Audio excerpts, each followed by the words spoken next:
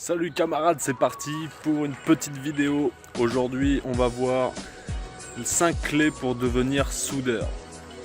5 choses à savoir qui vont faire la différence. Tu as envie de devenir soudeur, c'est un métier au top et tu as bien raison. Moi, je fais que te le conseiller. En gros, il y en a besoin partout. Les boîtes d'intérim, elles en sont pourries d'annonces.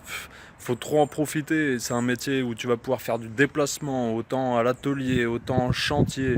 Tu peux trouver la mission qui te convient au mieux. Sincèrement, fonce. Les boîtes d'intérim, elles sont prêtes à te faire passer des qualifications dans n'importe quel procédé. Tant de raisons qui te poussent à faire ce que tu as envie. On va voir 5 clés ensemble. C'est parti. Première clé, ne pas avoir peur du noir. Sache que le métier de soudeur, c'est un super métier, mais on passe beaucoup de temps sous sa cagoule, donc dans le noir. Ça, c'est une petite chose qu'il faut savoir. Ça peut en freiner plus d'un, le fait de ne pas avoir beaucoup de relations avec ses collègues, parce que sincèrement, on va être la dernière chaîne d'un travail où le tuyauteur, le chaudronnier vont nous préparer les pièces. Et bien souvent sur le chantier, c'est le soudeur qui finit le travail. Donc ça, faut s'y attendre. Pour la clé numéro 2, il faut pas avoir peur du feu. Ça paraît juste la base aussi. Sachez que le soudeur, il va manipuler du métal en fusion à plus de 3000 degrés dans son bain de fusion. Donc imaginez un petit peu une petite boulette qui peut atterrir dans les gants ou quoi que ce soit. Si tu es en phase d'apprentissage, tu vas te cramer à un moment, sache-le. Mais c'est pas grave, ça s'apprend, c'est pareil. Au tout début, on est un petit peu sensible, plus ça va avec le temps, ça va, plus on s'adapte. Et au fur et à mesure, ça devient tout normal, même si ça chauffe, c'est pas bien grave. On apprend à faire avec, une petite brûlure, ça a jamais tué personne. La biafine est notre amie, j'ai aucun lien avec la biafine, etc. Mais vous allez voir que ça en dépanne plus d'un. Pour la clé numéro 3, on va apprendre à visualiser. La visualisation en 3D, ça va être notre base aussi. Comment vous dire ?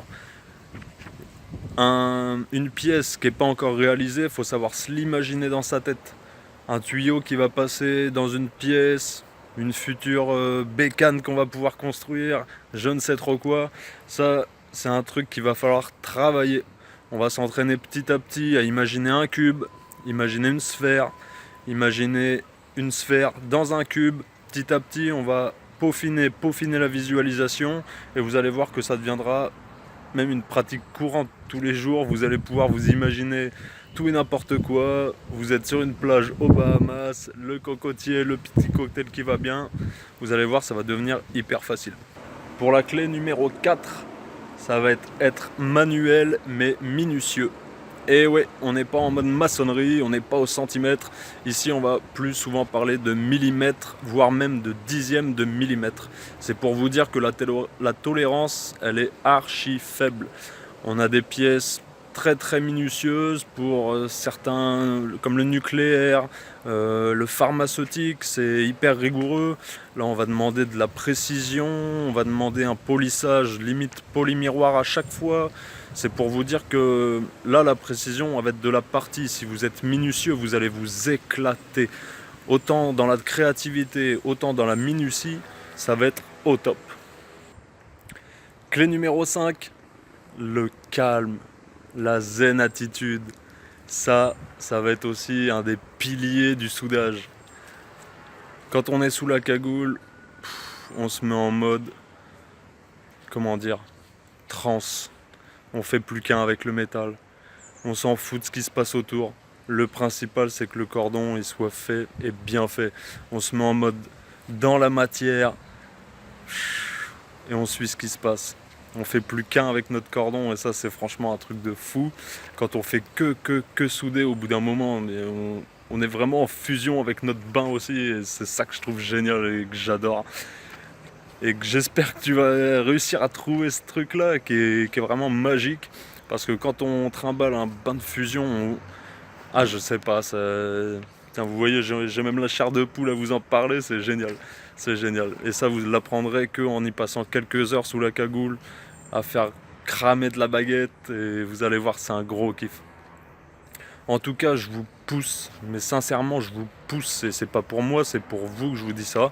Il y a du boulot, il y a de quoi faire, il y en aura pour tout le monde. Faut arrêter de dire les uns les autres nous piquent le gratin, ça c'est que dalle.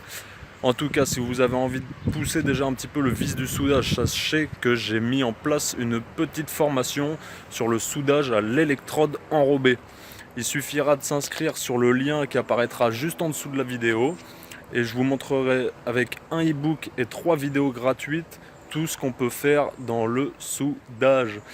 Et je vais te prouver que marche après marche, sincèrement, tout est réalisable. Que tu sois boucher de base, que tu commences dans la mécanique, agriculteur, besoin de souder, en tout et pour tout, tu verras qu'il y a moyen. Allez, je te dis à très vite. Ciao, ciao les best welders. C'était un plaisir.